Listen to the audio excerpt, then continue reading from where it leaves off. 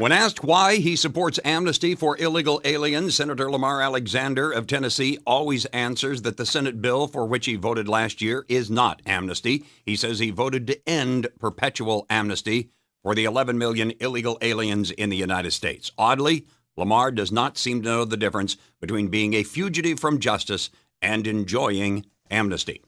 Alexander has repeatedly explained his vote for the Senate immigration bill, which created a new pathway to citizenship for the 11 million illegal aliens living in the country now, by saying he didn't vote for amnesty, he voted to end perpetual amnesty. His logic is that the United States will never deport most of the illegal aliens living in the country now, so as long as the government takes no steps to change their status, they are, in effect, living under perpetual amnesty. One would not expect a U.S. Senator to confuse the words amnesty and fugitive, but he has. If you live in the shadows and every move you make exposes you to the possibility of arrest and deportation, that's not amnesty.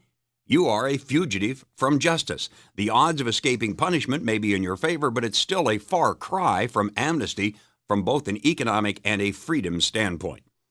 Senator Alexander and others argue that the Senate immigration bill is not amnesty because the path to freedom requires the payment of fines and back taxes.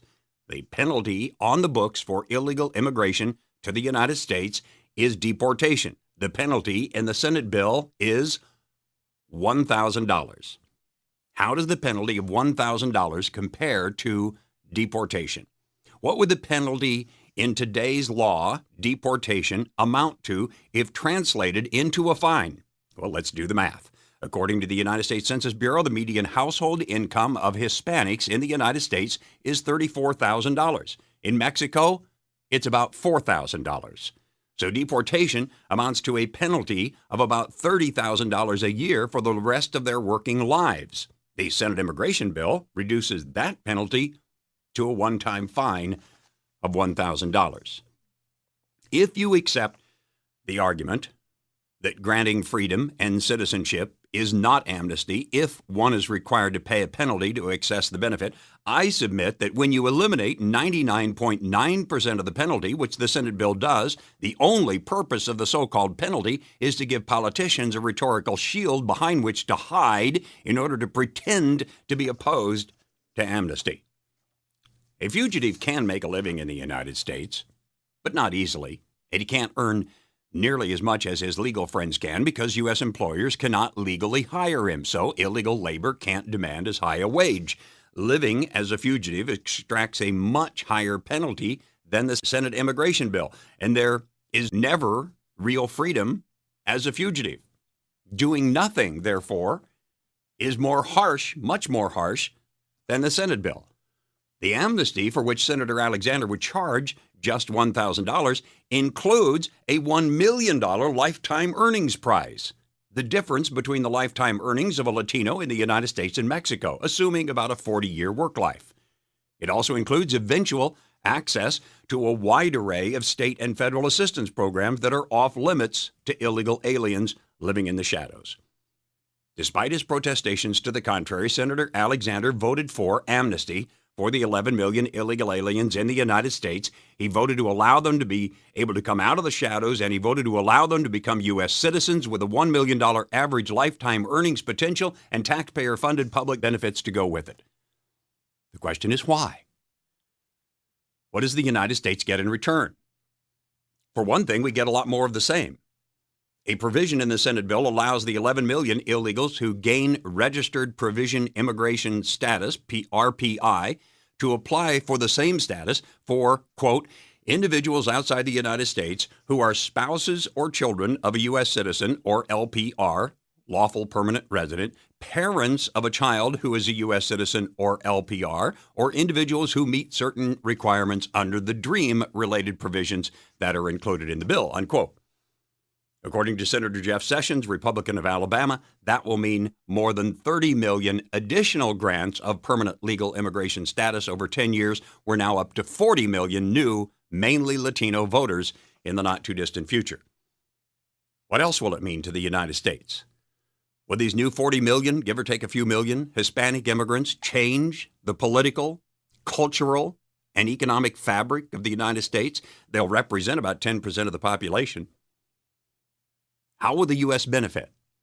Senator Alexander should answer that question and let the voters consider his answer. The Eagle Forum published a report earlier this year making the case that the anticipated immigration to the United States, whether 11 million or 40 million, would doom a conservative Republican Party. The study uses Pew Research numbers to prove Hispanics and Asians in the United States favor much bigger government than Republicans, especially conservative Republicans. You don't have to believe the Eagle Forum if you don't want to, although their evidence is pretty solid. Just look at the Latino voting pattern over time and ask whether conservatives should want that voting bloc to increase by 11 to 40 million. Even Ronald Reagan, who signed the last amnesty bill, and George W. Bush, who led the charge for more amnesty during his 2 terms, got only 38 and 43% of Hispanic votes in the 2 elections that represent the Republican Party's high watermarks with Hispanic voters since 1976. It's not hard to understand. Nearly all countries in the world have been more socialist than the United States for decades or longer. Their people are much more comfortable with redistribution of income than most Republicans, or at least that's what their Pew survey answers would indicate. The line between culture and politics is blurry. Culture drives the politics, and a surge in citizens whose culture embraces redistributionist government policies cannot help but drag our own government farther to the left. The divide between liberals and conservatives in the United States is wide in its principles but narrow in its numbers. For now, a major increase in the number of culturally and politically liberal Americans would be, at minimum, problematic for conservatives.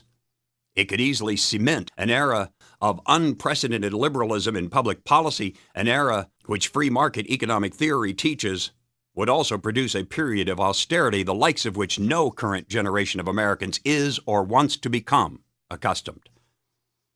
The effect on the Republican Party is less clear, except that the response by the party under Lamar's vision would likely be to go along with the change and move even farther to the left than establishment Republicans have already moved in order to try to get the votes of the new voters.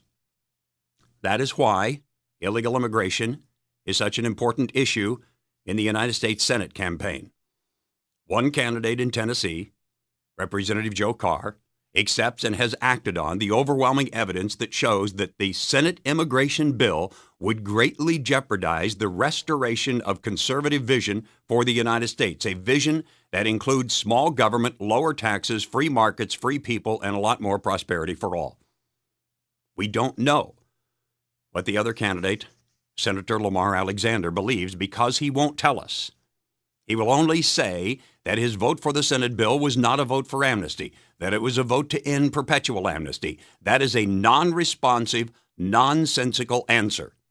So I will ask again, Senator Alexander, why do you support amnesty for illegal aliens? What is that going to do for America?